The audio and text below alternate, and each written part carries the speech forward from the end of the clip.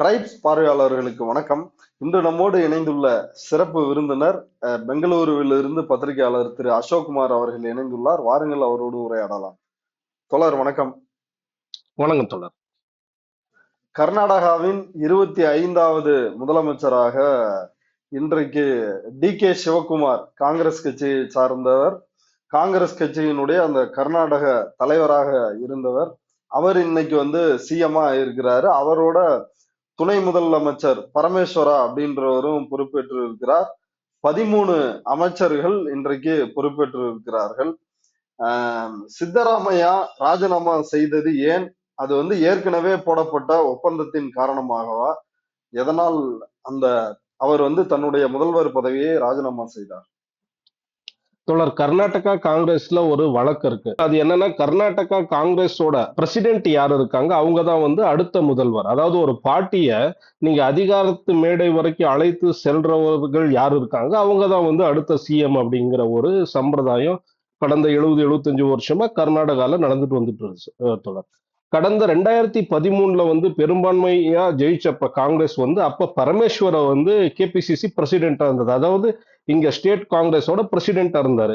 வழக்கமா பார்த்தா பரமேஸ்வர் அவர் தலித் கம்யூனிட்டிக்கு சேர்ந்தவர், அவரு தான் சிஎம் ஆக வேண்டியது இருந்துச்சு. ஆனா சித்தராமையா மட்டும் ஒரு விதிவிலக்குன்னு சொல்லலாம். அவர் அப்போசிஷன் பார்ட்டி லீடரா வேலை செஞ்சவர், அதுக்கப்புறம் சிஎல்பி லீடரா தேர்ந்தெடுக்கப்படுறாரு, சிஎம் ஆகுறாரு. ஏன்னா கர்நாடகால அது வரைக்குமே சித்தராமையாவை மேட்ச் பண்ற அளவுக்கு ஒரு பெரிய லீடர் யாருமே கிடையாது. இன்னைக்கும் சித்தராமையாவை மேட்ச் பண்ற, இப்ப எக்ஸாம்பிள் கருணாநிதியவோ அறிஞர் அண்ணாவரையோ மேட்ச் பண்ற மாதிரியான லீடர்ஸ் தமிழ்நாட்டுக்கு எப்படி இன்னும் கிடைக்கலையோ, சித்தராமையா இந்த ஒப்பீடு சரியான ஒப்பீடா இல்லாமல் கூட, அவ்வளவு சரியான ஒப்பீடா இல்லாம இருக்கலாம். ஆனா உங்களுக்கு கலைஞர் கருணாநிதி எப்படியோ, அறிஞர் அண்ணா எப்படியோ, எங்களுக்கு சித்தராமையா அப்படி ரோட்ல இருந்து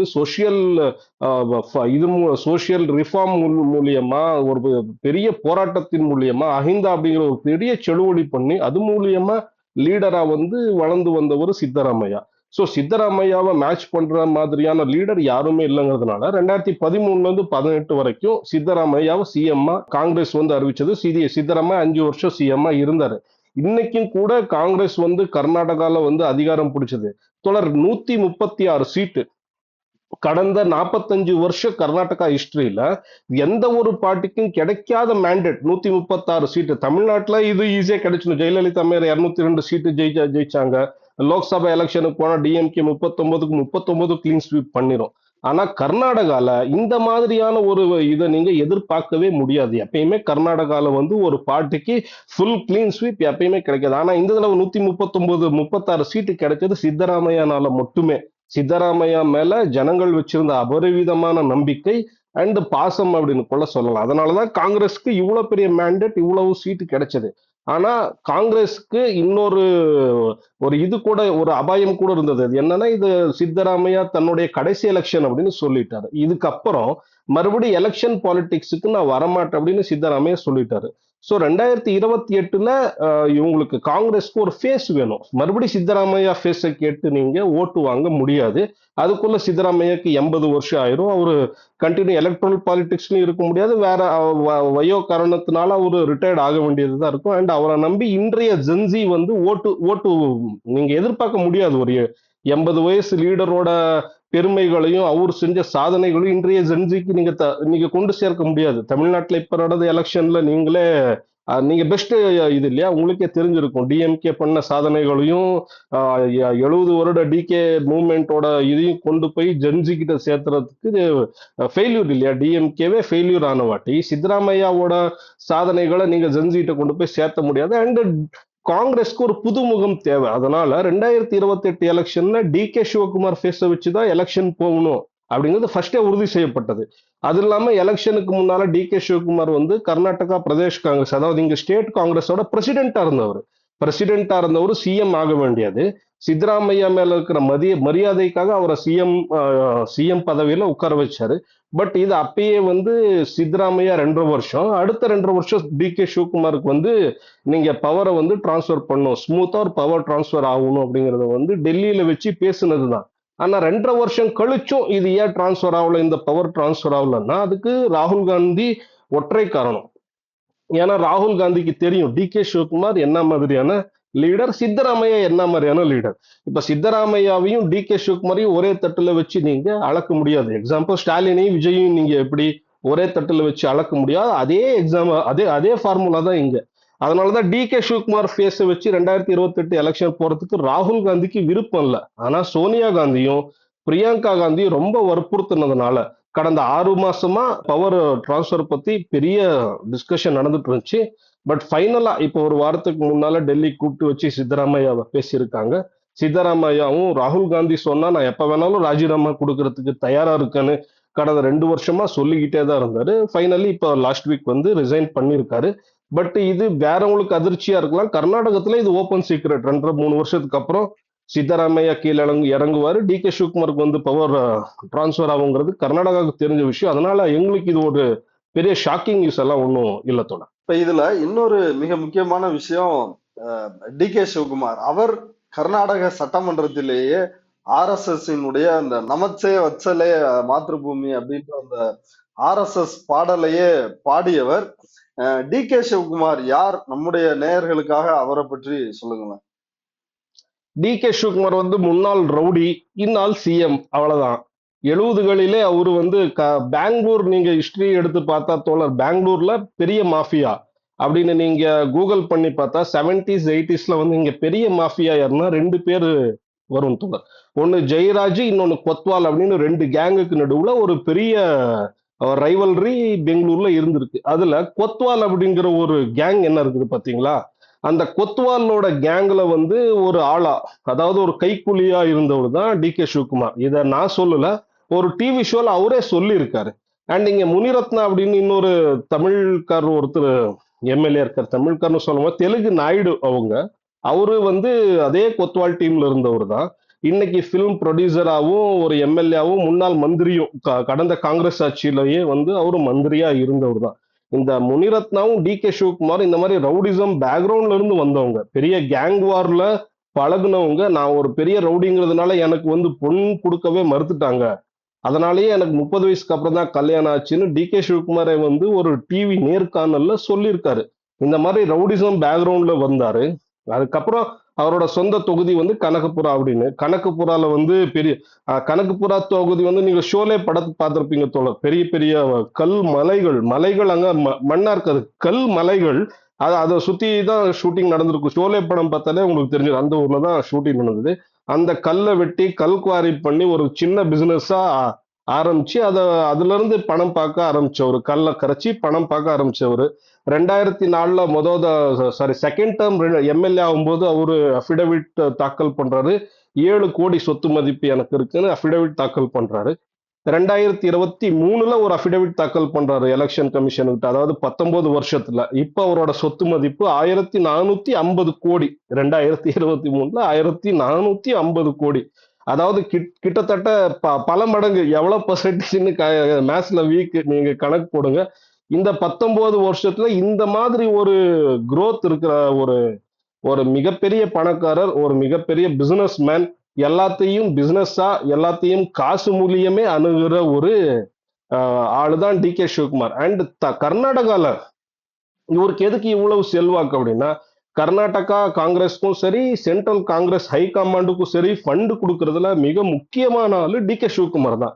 எக்ஸாம்பிளுக்கு வந்து 2017 குஜராத்ல ஒரு ராஜ்யசபா எலெக்ஷனுக்கான, ஐ திங்க் பட்டேல்னு நினைக்கிறேன், ஒரு அகமது பட்டேல் வந்து ராஜ்யசபா எலெக்ஷனுக்காக பிஜேபி காரர் எப்படி எங்க வந்து காங்கிரஸ் எம்எல்ஏக்களை கூட்டிட்டு போயிருவாங்களோன்னு ஒரு 27 காங்கிரஸ் எம்எல்ஏக்களை கூட்டிட்டு வந்து கர்நாடகா ரெசார்ட், தனக்கு சொந்தமான ஈகல் ரெசார்ட் அப்படிங்கிற ஒரு ரெசார்ட்ல வச்சு, எப்படிங்க குஜராத்ல இருக்கிற காங்கிரஸ் எம்எல்ஏக்களை கர்நாடகால பெங்களூர்ல ஒரு லீடர் பாதுகாக்கிறாரு அப்படின்னா அது டி.கே. சிவகுமார். அதனாலே அவருக்கு ட்ரபிள் ஷூட்டர் அப்படிங்கிற பேரு.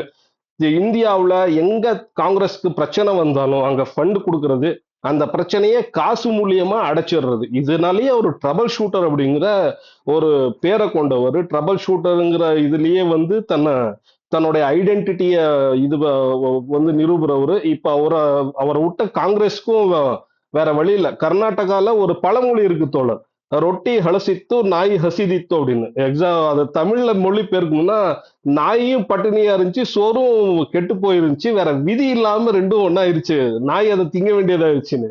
இதை சொல்லலாமா இல்லையான்னு எனக்கு தெரியல. ஆனா கர்நாடகால இன்னைக்கு நிலைமை அதுதான். டி கே சிவகுமாரை விட்டா காங்கிரஸ்க்கு வேற லீடர் இல்ல. காங்கிரஸ் டி கே சிவகுமாருக்கும் காங்கிரஸை விட்டா வேற வழி இல்ல. அவர் மேல இடி இருக்கு அண்ட் அவர் மேல சிபிஐல வழக்கு இருக்கு. 2017லயே வந்து அவர் எப்ப பட்டேலுக்காக இங்க குஜராத்ல லீடர்ஸ் எல்லாம் கூட்டிட்டு வந்து இங்க வச்சாரோ அப்பயே அவர் மேல ஐடி ரைட் ஆச்சு. 2019 மணி லாண்டரிங் கேஸ்ல 50 நாள் கூட்டிட்டு போய் அவர் திஹார் ஜெயில வச்சிருந்தாங்க. 2020 அன்றைய பிஜேபி கவர்மெண்ட் இவர் மேல சிபிஐ வழக்கு தொடர்ந்துருக்கு. இப்ப காங்கிரஸ் கவர்மெண்ட் வந்த வாட்டி அந்த வழக்கை எடுத்துட்டாங்க. ஆனா அதுக்கு எதிர்த்து சுப்ரீம் கோர்ட்டுக்கு போயிருக்காங்க. சிபிஐ சுப்ரீம் கோர்ட்ல மேல்முறையீடு இருக்காங்க. இத்தனை வழக்கு இருக்கு தோழர். ஆனா இப்ப டி கே சிவகுமார் என்ன பண்ணிட்டு இருக்காருன்னா தன்னை ஒரு சாஃப்ட் சங்கியா காட்டிக்கிறாரு. நீங்க சொன்னீங்களே கர்நாடகா சட்டசபையில வந்து நமசே வசலே மாத்ருபூமி பாடுறாருன்னு. காங்கிரஸுக்கும் ஆர்எஸ்எஸ்க்கும் ரொம்ப ஒண்ணும் வித்தியாசம் இல்லை தோழர். என்னதான் ராகுல் காந்தி எங்க போனாலும் ஆர்எஸ்எஸ் திட்டிக்கிட்டே இருந்தாலும் காங்கிரஸ்க்கும் ஆர்எஸ்எஸ்க்கும் வித்தியாசம் ஒண்ணும் இல்லை. காங்கிரஸ்க்குள்ளேயே ஆர்எஸ்எஸ் இருக்கு. அந்த மாதிரி இருக்கிற ஒரு பிளாக் இதுன்னு சொல்லலாம் டி கே சிவகுமார். அவர் வந்து இப்பத்து ஜென்சிங்களை போய் சேரணும். இங்க இருக்கிற ஆர்எஸ்எஸ் வேற வேற இந்துத்துவ அமைப்புகள் சேர்ந்த இன்றைய தலைமுறை இந்துக்கள் ஓட்டை வந்து வாங்கணும்னு எல்லா கோயில்களையும் சுத்துறது, கண்ட கண்ட சாமியார் காலில் விழுவுறது, சாஃப்ட் ஹிந்துத்துவோட ஐடென்டிட்டியா தன்னைத்தான் காமிச்சுக்கிறாரு. அதுக்கு முக்கியமான காரணமே இந்துக்களோட, ஏன்னா காங்கிரஸுக்கு வந்து ஆட்டோமேட்டிக்கா முஸ்லிம்ஸ் ஓட்டும் இருக்கு, தலித்ஸ் ஓட்டும் இருக்கு. அவங்களுக்கு காங்கிரஸை விட்டா வேற விதி இல்லை. பிஜேபிக்கு அவங்க ஓட் போடவே முடியாது. ஏன்னா பிஜேபி நேஷனல் வைடா என்ன மாதிரி பாலிடிக்ஸ் பண்ணிட்டு இருக்குது நம்மளுக்கு எல்லாருக்குமே தெரியும். டிவைட் அண்ட் ரூல் பாலிடிக்ஸ் தான் பண்ணிட்டு இருக்காங்க. அதனால முஸ்லிம்ஸுக்கும் தலித்ஸுக்கும் காங்கிரஸை தவிர வேற விதி இல்லை. ஆனா இந்த இந்துத்துவ ஓட்டையும் இந்துக்களோட ஓட்டையும் அடையணுங்கிறதுக்காக இப்ப அவர் சாஃப்ட் இந்துத்வாக்கு மாறி இருக்காரு. அவ்வளவுதான். இதுதான் டி கே சிவகுமார். அடுத்த 2 வருஷம் கர்நாடகா ஆட்சி இந்த மாதிரிதான் இருக்கும். சாஃப்ட் ஹிந்துத்வாவும் ஆர்எஸ்எஸ் கூட கை சேர்ந்து வேற வேற பிசினஸ் மேன்களுக்கு இப்ப எப்படி பிஜேபி வந்து அதானி அம்பானிக்காகவே வேலை செய்யுது இல்லைங்களா, அந்த மாதிரி ஒரு ரைட் விங் எக்கானமி பாலிடிக்ஸ் தான் கர்நாடகால அடுத்த 2 வருஷம் இருக்க போகுது. ஓகே. இப்ப இவர் இன்னைக்கு வந்து தான் பதவி ஏற்கும் பொழுது அவர் வந்து கங்காதர அஜய்யா அப்படின்ற ஒரு மடாதிபதி பேர்ல தான் பதவி ஏற்றிருக்காரு. யார் அந்த மடாதிபதி? ஏன் அவர் பேரை சொல்லி பதவி ஏற்கிற அளவுக்கு இவ்வளவு முக்கியத்துவம் வாய்ந்தவரா? இல்ல தோழர், கங்காதர அஜய்யான்னு நானும் நேத்து தான் கேள்விப்பட்டேன். இந்த பேரை நேத்து நைட்டு அவங்க மடம் பெங்களூர்ல ஒண்ணு இருக்கு, கங்காதர அஜய்யா அப்படின்னு ஒரு மடம் ஒண்ணு இருக்கு. அந்த மடத்துக்கு நேத்து 11 மணிக்கு போயிருக்காரு. மதியம் நடுராத்திரி எந்த சமூகத்தோட மடம் அது? அதனோட இல்ல நான் சொல்லிடுறேன் தோழர். நடுராத்திரி 2:30 மணி வரைக்கும் அவங்க பூஜை அங்க என்னமோ பேசியிருக்காங்க. பட் அவங்க என்னன்னு கூகுள் பண்ணி சர்ச் பண்ணி படிக்கிற அளவுக்கு இன்ட்ரெஸ்ட் எனக்கு இல்ல தோழர். தப்பா எடுத்துக்காதீங்க, எனக்கு அவங்கள பத்தி சுத்தமா எதுவும் தெரியாது. நேத்து தான் அந்த பேரு கர்நாடகாவுக்கே தெரிய வந்தது. இவர் இது மட்டும் இல்ல, இந்த மாதிரி 50 மடங்களுக்கு சுத்தி இருக்காரு. இன்னைக்கு கூட 50 மடம் சேர்ந்த அந்த சோகால்டு என்ன தேவமானவா அப்படிம்பாங்கல்ல சாமியாருங்க, சாமியாரை வந்து கூப்பிட்டுருக்காரு. எது கூப்பிட்டாருன்னு தெரியல. இந்த 50 மடங்கள் பத்தியும் படிக்கிற அளவுக்கு பொறுமை இங்க யாருக்கும் இல்ல தோழர். இதெல்லாம் ஒரு காமெடியான விஷயம், கடந்துதான் போகணும். இதெல்லாம் சீரியஸா எடுத்துட்டு இருக்க கூடாது. ஐம் சாரி, எனக்கு இதை பத்தி தெரியாது. சோனியா காந்தி, பிரியங்கா காந்தி, ராகுல் காந்தி இந்த குடும்பத்திற்கு நெருக்கமாக இவர் இருப்பதற்கு என்ன காரணம்? நீங்க ஏற்கனவே குறிப்பிட்ட மாதிரி பணம் தான் வந்து காரணமா? அப்படின்னா இவர் என்ன தொழில்கள் வந்து செஞ்சிட்டு இருக்கிறாரு? இவர் எதன் மூலமா இவருக்கு வருமானம் வருது? தோழர், இவர் ஒரு மிகப்பெரிய பிசினஸ் மேன். நீங்க நிறைய பிசினஸ் இருக்கு இவர் பேர்ல. இப்ப கனக்புராங்கிற இதுல வந்து கல் குவாரிகள் நடத்திட்டு இருக்காங்க. இந்த மாதிரி நிறைய குவாரிகள் ஸ்டேட் வைடா நிறைய குவாரிகள் இருக்கு. பெங்களூர்ல ஒரு மிகப்பெரிய ரியல் எஸ்டேட் கம்பெனி இருக்கு இவங்க பேர்ல. அண்ட் நிறைய மால் இருக்கு. லுலு மால்னு நீங்க கேள்விப்பட்டிருப்பீங்க, துபாயில ரொம்ப ஃபேமஸான பிராண்ட். அந்த லுலு மாலை பெங்களூருக்கு கொண்டு வந்ததே இவருதான். இது இல்லாம கோபாலன் மாலும் ஒரு 3-4 மால் இருக்கு. அண்ட் மிக முக்கியமா நிறைய இன்ஸ்டிடியூஷன் இருக்கு, எஜுகேஷன் இன்ஸ்டிடியூஷன் இருக்கு. நேஷனல் எஜுகேஷன் ட்ரஸ்ட்னு ஒரு இதை ஆரம்பிச்சு நிறைய குழந்தைங்க எல்கேஜி படிக்கிறது வந்து டிகிரி வரைக்கும் இவங்க இதுலயே படிக்கலாம். நிறைய பிரான்ச்சஸ் இருக்கு. இந்த மாதிரி 4-5 பிசினஸ்ல தான் வந்து இவர் ரொம்ப சம்பாதிக்கிறாரு. இது ஒரு விஷயம் தோழர். இது இல்லாம இவர் வந்து கர்நாடகால வந்து காங்கிரஸுக்கு வந்து ஒரு கர்நாடகால நீங்க வந்து யாராவது ஆட்சி பிடிக்கணும்னா ரெண்டு கேஸ்ட் ஜனங்களை வந்து நீங்க எப்பயுமே கைக்குள்ள வச்சிருக்கணும். ஒண்ணு வந்து லிங்காயத்தா, இன்னொன்னு வந்து ஒக்கலிகா. டி.கே. சிவகுமார் வந்து ஒரு ஒக்கலிகா லீடர். காங்கிரஸ்ல வந்து இவரை விட மிகப்பெரிய ஒக்கலிகா லீடர் கிடையாது. இப்போ பிஜேபி எப்பயுமே வந்து பிஜேபி தன்னை போர்ட்ரே பண்ணிக்கிறதே நாங்க வந்து லிங்காயத்தரோட ஒரு பார்ட்டி. ஹிந்துத்வா அண்ட் லிங்காயத்தா இதுதான் அவங்க எப்பயுமே அவங்க அஜெண்டா லிங்காயத்தா தான். அதனால காங்கிரஸ் வந்து லிங்காயத்தாவுக்கு சரிசமமா இருக்கிற அந்த ஒக்கலிகா ஓட்டை பேஸ் பண்ணி தான் இவங்க பாலிடிக்ஸ் பண்ணும். அதனாலயே டி.கே. சிவகுமார் இவங்க மிகவும் முக்கியமான ஆளு. இது இல்லாம ஜேடிஎஸ் அப்படின்னு ஒரு பார்ட்டி இருக்கு. நாம ஏற்கனவே நிறைய பேசிட்டோம். பிரஜ்வல் ரேவண்ணா பத்தி பேசியிருக்கோம். கிட்டத்தட்ட நூத்துக்கணக்கான பெண்களை பாலியல் வன்கொடுமை செஞ்சாரு. பிரஜ்வல் ரேவண்ணாவை பத்தி மறுபடியும் பேச அவசியம் இல்லை. ஆனா அவங்க வந்து பிரதிநிதிக்கிற 4-5 டிஸ்ட்ரிக்ட் இருக்கு தோழர். ஒன்னு ஹாசனா, மண்டியா, ராமநகரா, துமுக்கூர் அண்ட் மைசூர். இந்த 5 டிஸ்ட்ரிக்ட்லயும் வந்து ஒக்கலிகா ஓட் பேஸ் தான் அதிகம். ஆனா ஜேடிஎஸ் வந்து இந்த இந்த 4-5 ஸ்டேட்ல இதை வந்து ஓல்டு மைசூர் அப்படின்னு கூப்பிடுவாங்க. இந்த 4-5 டிஸ்ட்ரிக்ட் இங்க வந்து ஜேடிஎஸ் ஓட ஓட் ஷேர் அதிகம். ஆனா ஜேடிஎஸ்க்கு கொஞ்சம் கூட சளைக்காத அளவுக்கு இந்த இடத்துல டி.கே. சிவகுமாருக்கும் அவ்வளவே வந்து ஒரு ஹோல்டு இருக்கு. டி.கே. சிவகுமாருக்கு அவ்வளவே ஒரு ஓட் பேங்க் இருக்கு. ஒக்கலிகா சமுதாயம் வந்து இதுவரைக்கும் தேவேகவுடா, எக்ஸ் பிரைம் மினிஸ்டர் தேவேகவுடாவை தான் தன்னோட லீடரா இதுவரைக்குமே அவங்க பார்த்துக்கிட்டு இருக்காங்க. இதுவரைக்கும் அவங்க டி.கே. சிவகுமாரை தன்னோட லீடரா எப்பயுமே அவங்க ஒத்துக்கிட்டது இல்லை. ஆனாலும் இந்த பாகத்துல வந்து இவருக்காக சில ஓட்ஸ் எப்பயுமே இருக்குது. இது ஒரு 2வது பாயிண்ட். அண்ட் ஹைகமாண்டுக்கு வந்து காங்கிரஸ் ஹைகமாண்டுக்கு வந்து தொடர் இப்ப இந்தியாவிலேயே ஒரு 3-4 ஸ்டேட்ல தான் வந்து காங்கிரஸ் வந்து அதிகாரத்திலேயே இருக்காங்க. நீங்க தெலங்கானாவுல இருந்தோ, ஹிமாச்சல பிரதேஷ்ல இருந்தோ, இப்போ தமிழ்நாட்டுல இருந்தோ, கேரளாவுல இருந்தோ நீங்க ஃபண்ட் எதிர்பார்க்க முடியாது. இப்போ ஒரு நேஷனல் பார்ட்டியை நடத்தணும்னா அது அவ்வளவு ஈஸியான விஷயம் இல்ல. நிறைய ஃபண்ட் வேணும். பிஜேபி எலக்ட்ரல் பாண்ட் அப்படின்னு சொல்லி நிறைய ஃபண்டை திரட்டுறாங்க. ஆனா காங்கிரஸுக்கு ஃபண்ட் கொடுக்கறது டி.கே. சிவகுமார் மட்டும் தான் தோழர். பெங்களூர்ல இருந்து கர்நாடகாத்துல இருந்து தான் ஃபண்டே போகுது ஹைகமாண்ட்ல. இப்போ ஏஐசிசி ஆபீஸ்ல ஒரு 4 பேர் லீடர்ஸ் உட்கார்ந்து டெல்லியில பேச்சுவார்த்தை ஏதோ பேசணும், மீட்டிங்னா டீ காஃபி டிஃபன் வரணும் இல்லைங்களா? அந்த பில் இங்க டி.கே. சிவகுமார் தான் தோழர் கட்டணும். டி.கே. சிவகுமார் இங்க வந்து பணம் கொடுக்கலைன்னா அங்க சோனியா காந்தி, பிரியங்கா காந்தி, ராகுல் காந்தி இவங்க எல்லாம் உட்காந்து டீ கூட சாப்பிட முடியாது. அதுக்கு கூட பணம் இல்ல. அதுதான் உண்மை. கர்நாடகத்துல எலெக்ஷன் நடத்தினது one and only D K. Shivakumar தோழர். கடந்த சட்டமன்ற தேர்தல் 136 தொகுதியில ஜெயிச்சது இல்லைங்களா காங்கிரஸ்? அத்தனைக்கும் ஃபண்டை வந்து கொடுத்தது அத்தனை அந்த எலெக்ஷனை நடத்தினதே வந்து டி.கே. சிவகுமார் காசுல தான். அதனாலதான் டி.கே. சிவகுமார் ஓப்பனா சொன்னாரு, நான் வேலை செஞ்சிருக்கேன், எனக்கு கூலி கொடுங்கன்னு.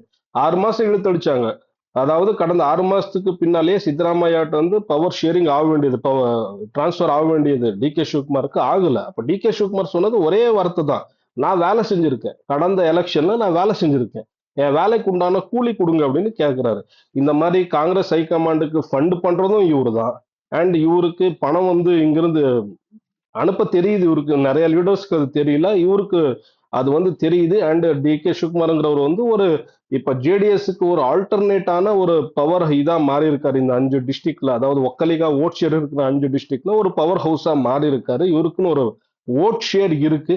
அதனால அண்ட் அடுத்த எலெக்ஷனுக்கு ஒரு முகம் தேவை. காங்கிரஸ்ல டி.கே. சிவகுமாரை தவிர்த்து அடுத்த முகம் அவ்வளவு பெரிய முகம் கிடையாது. அது ஒரு மிக முக்கியமான காரணம். அதனாலேயே ராகுல் காந்திக்கு இஷ்டம் இல்லைனாலும் சோனியா காந்தியும் பிரியங்கா காந்தியும் ரொம்ப ப்ரெஷர் கொடுத்து இந்த பவர் ஷேரிங்க நடத்திருக்காங்க, பவர் டிரான்ஸ்பர் அப்படின்னு சொல்லலாம் தோணும். இப்ப தர்மஸ்தலா வழக்கு நீர்த்து போக செய்வதற்கு இவரும் ஒரு முக்கிய பங்காற்றினார் இல்லைங்களா, இவர் துணை முதலமைச்சரா இருந்தப்ப? ஆமா தோழர், நாம இத பத்தி பேசியிருக்கோம். இப்போ ஒரு கேபினெட் அப்படின்னா இங்க 34 மினிஸ்டர்ஸ் இருப்பாங்க. ஒரு கேபினெட்னா 34 மினிஸ்டர்ஸ் இங்க இருக்காங்க. அவங்களுக்கு மேல ஒரு சிஎம் இருக்காரு, இவரு டிசிஎம். சிஎம் டிசிஎம் 34 மினிஸ்டரும் சேர்ந்து உட்கார்ந்துதான் ஒரு டிசிஷன் எடுப்பாங்க. தர்மஸ்தலால கடந்த 20 வருஷமா நிறைய பெண்களை பாலியல் வன்கொடுமை செஞ்சு கொலை பண்ணிருக்காங்க. அண்ட் ஒரு 75 எஃப்ஐஆர் வந்து ஃபைல் ஆயிருக்கு. பெண்கள், அதாவது 13 வயசுல இருந்து 30 வயசுக்குள்ளான பெண்கள் இங்க வந்து காணாம போயிருக்காங்க. அவங்க உயிரோட இருக்காங்களா இல்லையான்னு தெரியல. அண்ட் நிறைய பெண்களை வந்து காலையில இறந்து போன பெண்களை வந்து ராத்திரியே வந்து இவங்க எரிச்சிருக்காங்க அல்லது புதைச்சிருக்காங்க. இந்த மாதிரி நிறைய கேஸ், இதெல்லாம் ரொம்ப மிஸ்ட்ரியா இருக்கு. இத பத்தி ஒரு இன்வெஸ்டிகேஷன் நடக்கணும் அப்படின்னு சொல்லி சிஎம் என்ன பண்றாரு, ஸ்பெஷல் இன்வெஸ்டிகேஷன் டீம், அதாவது எஸ்ஐடியை வந்து அமைக்கிறாரு. சிஎம் எஸ்ஐடி அமைக்கிறாருன்னா கேபினெட்ல உட்கார்ந்து எல்லா மினிஸ்டரும் இத ஒத்துக்கிட்டா மட்டும்தான் சிஎம்ஆல இதை வந்து அறிவிக்க முடியும். அதுல டிசிஎம் ஒரு ஆளு. ஆனா கேபினெட் முடிஞ்சு வெளியே வந்து இவர் சொல்றாரு, இல்ல தர்மஸ்தலாவுக்கு எதிராக பெரிய சூழ்ச்சி நடந்துகிட்டு இருக்குது, இந்த சூழ்ச்சிக்கு பின்னால யார் இருக்கிறாங்கன்னு எனக்கு தெரியும் அப்படின்னு இவரு வந்து கேபினெட்டுக்கே எதிரா இவரு பேசுறாரு. அந்த அப்படி பேசியும் கூட இவர் மேல துணை எந்த முதலமைச்சரா சிவகுமார் இருந்தப்ப பேசுனது. ஆமா, துணை முதல்வரா சிவகுமார் இருந்தப்பயே பேசினது. அதாவது கேபினெட் ஒரு முடிவு எடுக்குது, வெளியே வந்து கேபினெட் எடுத்த முடிவுக்கு எதிராவே பேசுறாரு. எங்கேயாவது நடக்க முடியுமா டெமோக்ரஸி சிஸ்டம்ல? எந்த ஸ்டேட்லயாவது கேபினெட்ல எடுத்த டிசிஷன் ஒரு டிசிஎம், அதாவது துணை முதல்வரை எதிர்த்து பேசுறது, அதுக்கு மாறா நேருக்கு மாறா உண்மைக்கு மாறா பேசுறது எங்கேயாவது நடக்குமா? அப்படி பேசியும் கூட தன்னோட பொசிஷனை தக்க வச்சுக்கிறது முடியுமா? இது முடிகிற காரியமா? ஆனா டி.கே. சிவகுமாரால இது முடியும். அவர் அப்பயே சொல்லிட்டாரு, தான் துணை முதல்வரா இருந்தப்பயே சொல்லிட்டாரு, தர்மஸ்தலாவுக்கு எதிராக சூழ்ச்சி நடந்துட்டு இருக்குது, அந்த சூழ்ச்சியை உடைக்கிறதுக்காக தான் இந்த எஸ்ஐடிய, அதாவது எஸ்ஐடி இன்வெஸ்டிகேஷன் நடக்கிறதுக்கு முன்னே ஒரு ரிசல்ட் கொடுத்துட்டாரு, சூழ்ச்சியை நாங்க உடைக்க போறோம், தர்மஸ்தலாவை வந்து குற்றமற்றவர்கள் அப்படின்னு நாங்க அறிவிக்க போறோம்னு அப்பயே சொல்லிட்டாரு. இப்ப சிஎம் ஆயிட்டாரு. இதுக்கு மேல நம்ம என்ன எதிர்பார்க்க முடியும்?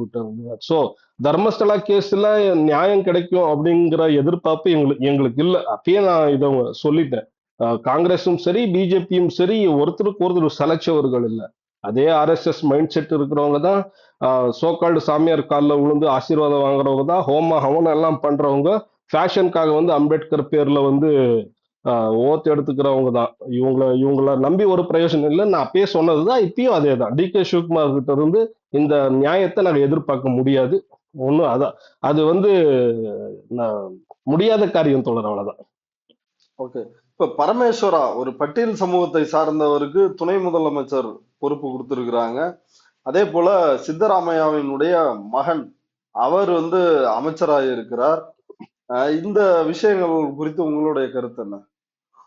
பரமேஸ்வர் வந்து எங்களுக்கு பரமேஸ்வர் மேல அவ்வளவு ஹோப் இல்ல தோழர். நான் இப்பதான் சொன்னேனே, சும்மா கோயில் குளம்னு சுத்துறது, கண்ட கண்ட சாமியார் காலில் விழுவுறது, விதான் சௌதால ஹோமம் பண்றது, பிராமணர்களை கூப்பிட்டு ஹோமம் பண்றது. அண்ட் இன்னைக்கு அவரை பாருங்களேன், உறுதிமொழி எடுத்திருக்காரு. யார் பேர்ல? அம்பேத்கர் பேர்ல உறுதிமொழி எடுத்திருக்காரு. இது அம்பேத்கருக்கு செஞ்ச அவமானம் இல்ல? நான் இப்ப கூட சோசியல் மீடியால அந்த போஸ்ட் தான் போட்டேன். அம்பேத்கர் பேர்ல உறுதிமொழி எடுக்கிறது, கண்ட கண்ட கோவில் சுத்துறது, இவரை விட 20-30 வயசு சின்ன பசங்க காலில் விழுந்து ஆசீர்வாதம் வாங்குறது, சாமியாருங்க காலில் விழுந்து ஆசீர்வாதம் வாங்குறது, இதுதான் சொன்னது அம்பேத்கர். இவரு 2003 ஹையர் எஜுகேஷன் மினிஸ்டரா இருந்த தோழர். கர்நாடகத்துல ஏழை இவரு பேர்ல நீங்க தும்கூர்ல இவர் பேர்ல நிறைய இன்ஸ்டிடியூஷன் இருக்குது. சித்தகங்கை இவர் பிரைவேட் யூனிவர்சிட்டியே வச்சிருக்காரு. தும்கூர்ல பிரைவேட் யூனிவர்சிட்டி இவர் பேர்ல இருக்கு. இவரு ஒரு பெரிய எஜுகேஷனிஸ்டிங்க. ஆனா எல்லாமே ஏழை மக்கள் படிக்க முடியாத எஜுகேஷன் சென்டர் தான் இவர் நடத்திட்டு இருக்கிறது. 2003 இவர் கையிலேயே வந்து அன்றைய தர்ம்சிங் சிஎம் வந்து இவர் கையிலேயே வந்து ஹையர் எஜுகேஷன் மினிஸ்ட்ரி தராங்க. இவர் கையில எப்ப ஹையர் எஜுகேஷன் மினிஸ்ட்ரி போச்சோ அப்ப வந்து ஹையர் எஜுகேஷனுங்கிறது, கவர்மெண்ட் ஹையர் எஜுகேஷன் படிப்புங்கிறதே ரொம்ப காஸ்ட்லியானது இந்த பரமேஸ்வரா பீரியட்ல தான். பரமேஸ்வர் காரணத்தினாலதான் ஏழை குழந்தைகள் ஹையர் எஜுகேஷன் படிக்கணும்னா 1க்கு 4 மடங்கு ஃபீஸ் கட்ட வேண்டிய, அதாவது அரசு பள்ளி காலேஜ்ல கூட 1க்கு 4 மடங்கு ஃபீஸ் கட்ட வேண்டிய ஒரு நிலைமை வந்தது இதே பரமேஸ்வர் டைம்ல தான். இப்ப 3 வருஷமா இவரு தானங்க ஹோம் மினிஸ்டர். 3 வருஷமா இவரு தான் ஹோம் மினிஸ்டர். கர்நாடகால புனித் கெரேவல்லின்னு ஒருத்தர் இருக்கான் பெங்களூர்ல. அவன் வேலையே என்ன அப்படின்னா, யாராவது விவசாயிகளை இருக்கட்டும் யாரே இருக்கட்டும், எங்கேயாவது இது மாடுகளை ஒரு இடத்துல இருந்து இன்னொரு இடத்துக்கு டிரான்ஸ்பர் பண்ணும்போது, கூட்டிட்டு போகும்போது அவங்களை போய் தாக்குறது, அடிக்கிறது. ஒரு முஸ்லீமை 2 வருஷத்துக்கு பின்னால அடிச்சு கொன்னுட்டாங்க, ரோட்ல கொன்னாங்க. அவன் டெய்லி ஃபேஸ்புக்ல போஸ்ட் போடுவான் தோழர், இந்த அரசாங்கம் என்ன ஒண்ணும் பண்ணிக்க முடியாது, என்ன ஒண்ணும் புடுங்க முடியாது, ஆம்பளையா இருந்தா என்ன வந்து தொடரா. இப்படியே அவன் ரொம்ப அசிங்கமா ஆபாசமா மினிஸ்டரா இதே பரமேஸ்வரனை திட்டி நிறைய போஸ்ட் போட்டிருக்கான். அவனால ஒண்ணுமே பண்ண முடியலையே. தலித்துங்கிறது ஒரு கேடயம் இல்ல தோழர், இவர் தலித், அதனால இவருக்கு மினிஸ்ட்ரி கொடுக்கணும். இந்த சமூகத்தை சார்ந்தவர்களுக்கு, பட்டின சமூகத்தை சார்ந்தவர்களுக்கு ஆமா உண்மைதான், தலித்து பட்டின சமூகத்தை சார்ந்தவர்களுக்கு அதிகாரம் தரப்படணும். ஆனா அவரு ஒரு மிகப்பெரிய எஜுகேஷனிஸ்ட், மிகப்பெரிய கோடீஸ்வரர், ஹோம் மினிஸ்டரா இருந்து கூட ஆர்எஸ்எஸ்ஸையும் மக்களையும் துன்புறுத்துற ஆர்எஸ்எஸ் அமைப்பை அவர் வந்து ஒண்ணுமே பண்ண முடியல, அவரால் எதுவுமே பண்ண முடியல. அப்புறம் அவரால் மினிஸ்டர் போஸ்ட், துணை முதல்வர் கொடுத்து என்ன ஒரு யூஸும் இல்ல தோழர். ரெண்டு சித்தராமையா பையனும் அவ்வளவு ஒரு எஃபிஷியன்டான ஒரு ஹேண்ட் கிடையாது. 2018ல இருந்து 23 வரைக்கும் ஃபர்ஸ்ட் டைம் எம்எல்ஏவா இருந்தாரு. இப்போ ஒரு எம்எல்ஏ இல்ல, இங்க விதான பரிஷத் அப்படின்னு சொல்லுவாங்க தோழர். அது ராஜ்யசபா மாதிரி கீழ்வீடு, இங்க விதான பரிஷத்துல மெம்பர் தான். அவருக்கும் சித்தராமையா காரணத்தினால கொடுத்திருக்காங்க. அவர் மேல எங்களுக்கு அவ்வளவு ஒன்றும் hope இல்ல தோழர். ஓகே தோழர். இப்ப கர்நாடக காங்கிரசினுடைய எதிர்காலம் எப்படி இருக்கும்? இப்ப 28 எலெக்ஷன்லயும் சிவகுமாரை முன்னிறுத்தி தான் தேர்தலை சந்திப்பாங்க அப்படின்னு சொல்றீங்க.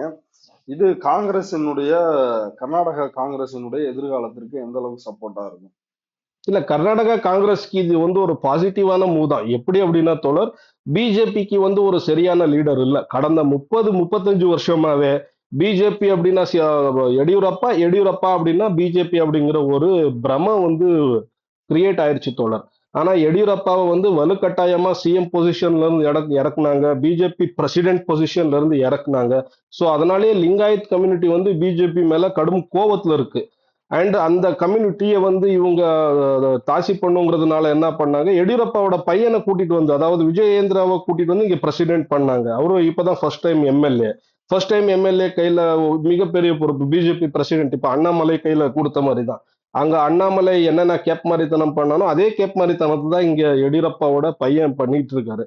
அதனாலேயே பிஜேபிக்குள்ள நிறைய சலசலப்பு இருக்கு. இந்த விஜயேந்திராக்கு எதிரா இன்னொரு டீம், பிஜேபியிலேயே ஏ டீம் பி டீம் ரெண்டு இருக்கு. இவருக்கு எதிராவே வந்து இன்னொரு டீம் சூழ்ச்சி பண்ணிட்டு இருக்குது. இந்த ஆடியோ வீடியோ கட்சி, பிஜேபின்னா ஆடியோ வீடியோ கட்சி தான், அந்த மாதிரி நிறைய கர்நாடகத்திலயும் போயிட்டு இருக்கு. சோ காங்கிரஸுக்கு எதிராக ஒரு மிகப்பெரிய லீடர் இப்போதைக்கு பிஜேபியில இல்ல. அண்ட் பூத் லெவல்ல இருந்து அவங்க வந்து ரொம்ப சோர்ந்த மாதிரி தான். ஒரு பெரிய ஃபோர்ஸா தெரியல. பிஜேபி ஒரு ஃபோர்ஸா வந்து தெரியல. எதிர்கட்சியில பிஜேபி ரொம்ப பவர்ஃபுல். அது சென்டரா இருந்தாலும் சரி, ஸ்டேட்டா இருந்தாலும் சரி, அவங்க என்ன அட்டூழியம் பண்ணாலும் ஒரு ஆளுங்கட்சிக்கு எதிராக ஒரு பவர்ஃபுல்லான ஃபோர்ஸா இருப்பாங்க. ஆனா கர்நாடகத்துல இப்போதைக்கு அந்த ஃபோர்ஸ் காணும், பிஜேபில இருந்து காணும். ஒரு பெரிய லீடர்ஸையும் காணும். அதனால 2028ல வந்து டி.கே. சிவகுமார் தலைமையில காங்கிரஸ் இன்னொரு டேர்ம் ஜெயிச்சாலும் ஆச்சரியம் இல்லை தோழர். ஓகே தோழர், இவ்வளவு நேரம் நம்முடைய பார்வையாளர்களுக்காக நேரத்தை ஒதுக்கி கர்நாடகாவின் புதிய முதல்வராக பொறுப்பேற்றிருக்கிற டி.கே. சிவகுமாரினுடைய இந்த நிகழ்வு மற்றும் அவருடைய பின்னணி குறித்து பேசியதற்கு ரொம்ப நன்றி. நன்றி தோழர்.